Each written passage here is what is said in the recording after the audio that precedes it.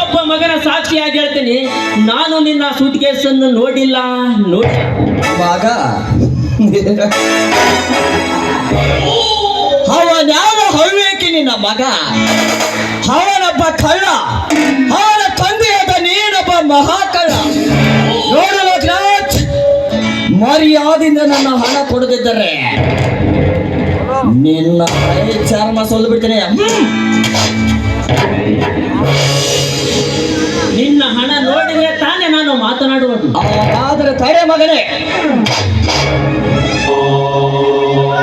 ಬೇಡ ಶ್ರೀಮಂತರೇ, ದಯವಿಟ್ಟು ನನ್ನ ತಂದೆಯನ್ನು ಹೊಡೆಯಬೇಡಿ.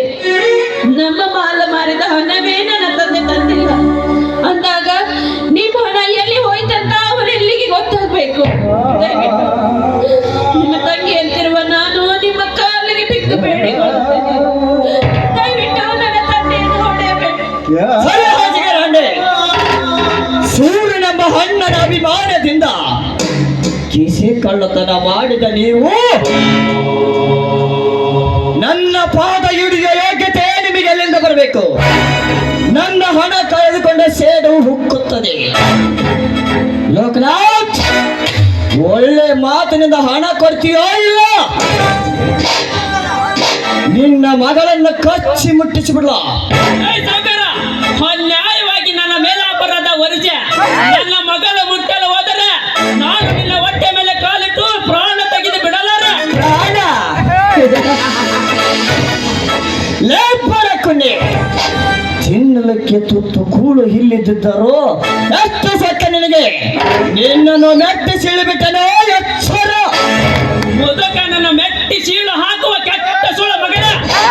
ನಿಲ್ಲಂತ ತಂದೆ ಅಂತಿರೋ ನನ್ನನ್ನು ಹೊಡೆಯಬೇಕಂದರೆ ನೀನೇನು ನನ್ನ ಸುಳ್ಳ ಮಗನ?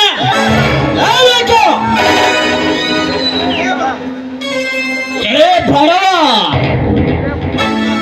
ನಿನ್ನ ಮಗಳಂತ 1000 ಹೆಣ್ಣುಗಳನ್ನು ಕುಣಿಸಬಲ್ಲ ನನಗೆ ಸೂರ್ಯ ಮಗನಿದೆಯಾ ಮಗ?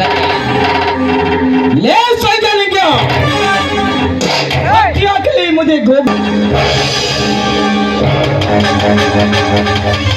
ಬೇಡ ಶ್ರೀಮಂತರೇ, ದಯವಿಟ್ಟು ನಿಮ್ಮ ಕಾಲಿಗೆ ಬೀಳ್ತೀನಿ. ನಮ್ಮ ತಂದೆಯನ್ನು ಬಿಟ್ಟು ಬಿಡಿ. ನಮ್ಮ ತಂದೆಯನ್ನು ಏನು ಮಾಡಬೇಡಿ. ನಿಮ್ಮ ಕೈ ಮುಗಿದು ಕೇಳಿಕೊಳ್ತೇನೆ. ದಯವಿಟ್ಟು ನನ್ನ ತಂದೆಯನ್ನು ಬಿಟ್ಟು ಬಿಡಿ.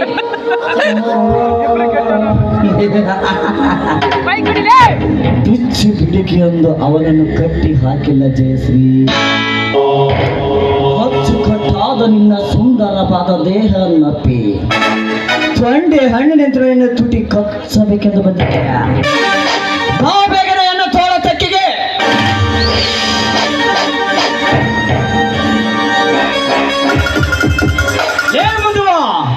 ಕಣ್ ತುಂಬ ನೋಡಿಕೋ ನಿನ್ನ ಮಗಳ ಚರಿತ್ರೆಯನ್ನು. ಇಲ್ಲ ನಿನ್ನ ಗಿಣಿ ಅಂತ ಇಲ್ಲ ನಿನ್ನ ತುಂಬಿದ ಗಲ್ಲಕ್ಕೆ ಗುಲ್ಲುಕೊಲ್ಲ. ಹೇಳು, ನಿನ್ನನ್ನು ಯಾವ ತರನಾಗಿ ಸ್ವೀಕಾರ ಮಾಡಲಿ? ನಿನ್ನನ್ನು ಹೇಳಿ, ನನ್ನನ್ನು ಕಟ್ಟಿ ಹಾಕಿ ಈ ರೀತಿ ಅವಮಾನ ಮಾಡುವ ನೀನೊಬ್ಬ ಗಂಡಸ. ನನ್ನನ್ನು ಬಿಕ್ಕಿ ನೋಡು, ಆಮೇಲೆ ಅವಮಾನ ಮಾಡೋಳು, ಆಮೇಲೆ ನಿನ್ನ ಕರೆತಲೆ ಕಟ್ಟಿಯಾಗಿ ಈ ರೀತಿ ಅವಮಾನ ಮಾಡುವ ನೀನೊಬ್ಬ ಮೂಳೆಯರ ಚಪ್ಪಲಿ ಸಮ ಎಂದು ಹರಗಾಯವಾದ ಈ ಹುಲಿಗೆ ನಿನ್ನ ಮಾತಿನ ವೇದಾಂತ ನನಗೆ ಜಯಶ್ರೀ. ಮುಗಿದು ನಿನ್ನ ಶೀಲದ ಪಾಠ.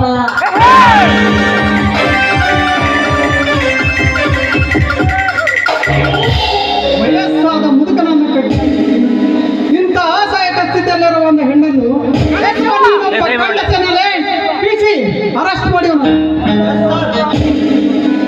ಜಯರಾಮ್, ನೀನು ನನ್ನ ಸಹೋದರ, ನನ್ನನ್ನೇ ಅರೆಸ್ಟ್ ಮಾಡ್ತೀಯಾ? ಹೋದರಂತೆ ಸೋರಸ. ನೀನು ನಿನ್ನಂತ ಹಲಕ ನನ್ನ ಮಗನೇ ಅರೆಸ್ಟ್ ಮಾಡ್ತೀನಿ ಅಂತ ಕೇಳ್ತೇನೆ. ಬದ್ಮಾಶ್ ಮತ್ತೆ ಎಳೆದುಕೊಂಡು ಹೋಗಿ